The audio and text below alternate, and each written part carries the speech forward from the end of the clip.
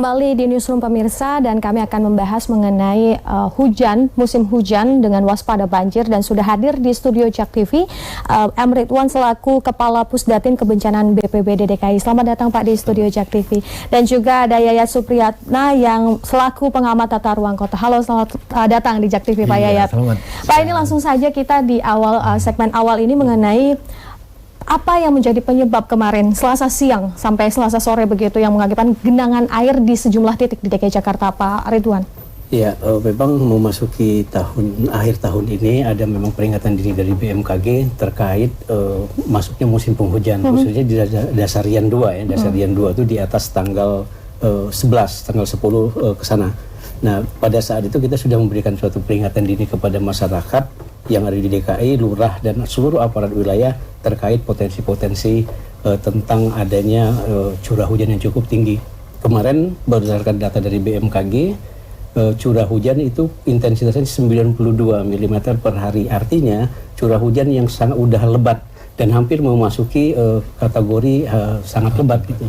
Nah, sehingga itu menyebabkan air yang turun tiba-tiba di DKI ini menyebabkan ya saya kira wajar ya kalau ada genangan. Cuma kemarin dari tim Pemprov DKI sangat cepat responnya sehingga untuk mengatasi itu dalam waktu kurang lebih 30 menit semua sudah lancar, sudah surut. Demikian. Tapi ini genangan air terjadi di jalan protokol dan bahkan di jalan tol dalam kota yang arah Kuningan, arah Cawang ini. Apakah BPBD juga melakukan tindakan begitu Pak, atau hanya Pemprov DKI Jakarta saja? Iya, BPBD merupakan bagian ya dari Pemprov DKI. Pemprov DKI itu ada Dinas Sumber Daya Air, ada Dinas Bina Marga, ada Dinas Lingkungan Hidup dan SKPDS, satuan perangkat daerah lainnya yang membantu bagian tim daripada Pemprov DKI.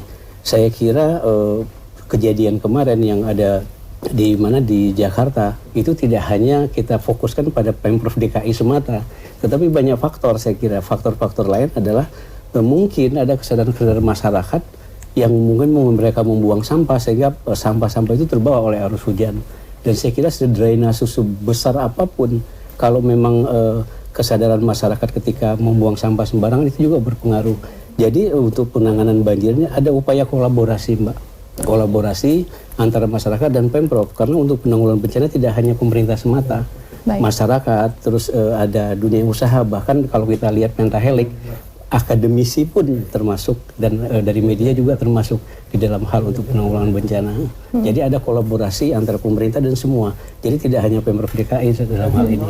Dari pengamat tata kota bagaimana Pak? Apakah yang menjadi penyebab utama ataupun faktor-faktor penyebab kemarin? Pertama begini, kita ketahui ya, kalau Jakarta itu disiram hujan dengan intensitas antara 50 sampai 100, itu kategori lebat, sebetulnya punya potensi terjadi genangan besar. Cuman durasinya mau 1 jam, 2 jam. Ini kalau lebat, durasi cukup panjang, hampir 2 jam, ini potensi airnya kan besar. Nah, pertanyaannya kan, kemana air ini? Harusnya kan bisa meresap atau ditampung dengan sistem drainase kita. Kelihatannya kalau melihat 19 titik yang kemarin, itu sebagian besar ada di badan jalan. Nah, otomatis mengapa dia terjadi penumpukan di badan jalan? Ini ada persoalan antara jalan dengan sistem drainase kita. Nah, seperti dikatakan oleh sumber daya air bahwa ada antrian, yang maksudnya kan kategori itu kan. Pertanyaan ini, kalau misalnya sistem pembuangan itu bagus, mungkin air itu tidak perlu terlalu lama, 5 menit, 10 menit harusnya sudah hilang di atas badan jalan. Tapi kalau intensitasnya lama, ada kemungkinan sistem pembuangan itu tidak begitu banyak, atau misalnya dimensi gorong-gorongnya atau saluran pipanya itu terlalu kecil. Kita kadang-kadang tidak paham loh, misalnya yang pekerjaan misalnya dalam membuat trotoar, membuat perbaiki jalan, itu misalnya dalam membuat sistem saluran tuh yang penting spesies sekian. Padahal harus diperhatikan berapa besar rata-rata intens curah hujan tertinggi, itulah saluran dibuat. Makanya kemarin itu sampai jalan-jalan utama kita banjir, itu harusnya dilihat. Mengapa sampai seperti itu? Kalau sistem salurannya sudah bagus pembuangannya, kita lihat di drainasenya. Apakah tadi dikatakan oleh Pak Ridwan, apakah ada sampah, apakah sudah dikeruk, dan sebagainya. Nah, kalau misalnya itu juga sudah kita ketahui tidak ada masalah, kita lihat nanti di saluran penghubungnya. Jadi ini banyak faktor. Dan yang lebih parah lagi harus kita ketahui, Jakarta sudah hilang resapan airnya sebagian besar. Jadi begitu di beton, di aspal, dicor, dan sebagainya, run off airnya juga tinggi. Begitu jatuh, tek, peng, nggak ada sisa pun satu pun kan. Akhirnya jalan jadi sungai.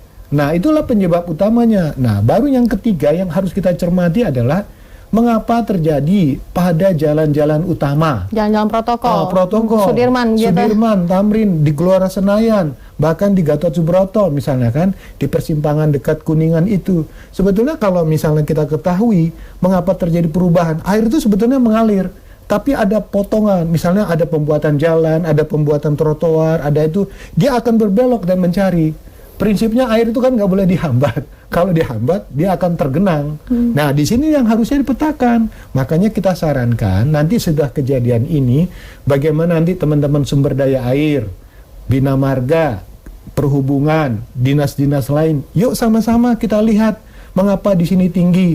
Nah, jadi lebih lanjut adalah pada persoalan evakuasi ya. Misalnya tadi dikatakan, kalau sudah tahu bagaimana memanfaatkan informasi dari BMKG. Tadi mungkin sudah dikatakan bahwa ada peringatan. Jadi kita artinya mari kita membiasakan diri untuk sering-sering update, bukan update status saja kan, tapi update terkait potensi curah hujan setiap harinya gitu.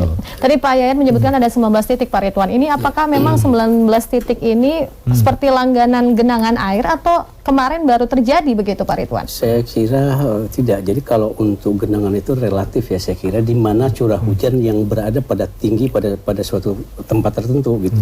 Jadi memang dengan intensitas yang 92 yang sangat lebat itu menyebabkan kecenderungan air itu jatuh secara langsung dari langit gitu. Kita nggak bisa setting nih. Oh, jalan Sudirman Tamrin karena ini jalan protokol kita setting airnya kecilnya kan nggak bisa. Jadi memang itu merupakan udah turun dari sananya dan saya yakin Pemprov DKI jauh hari sebelumnya sudah melakukan upaya-upaya mitigasi baik itu struktural maupun non struktural.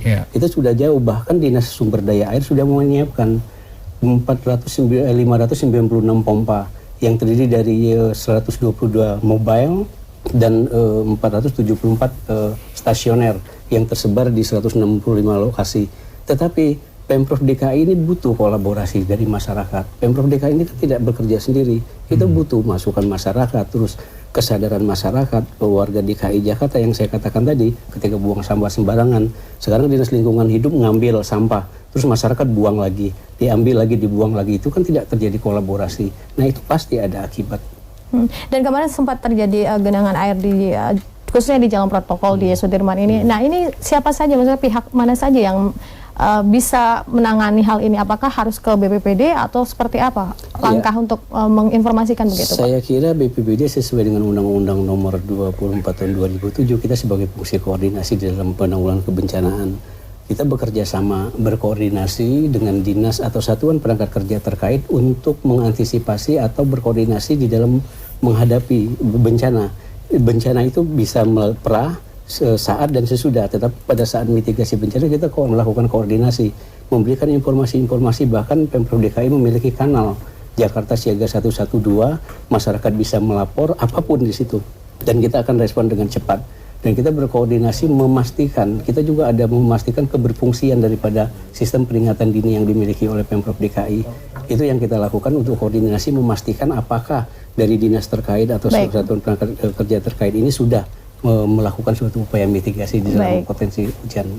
Kita harus jeda sejenak Bapak dan pemirsa, tetaplah di Newsroom, kami akan kembali usai jeda yang satu ini.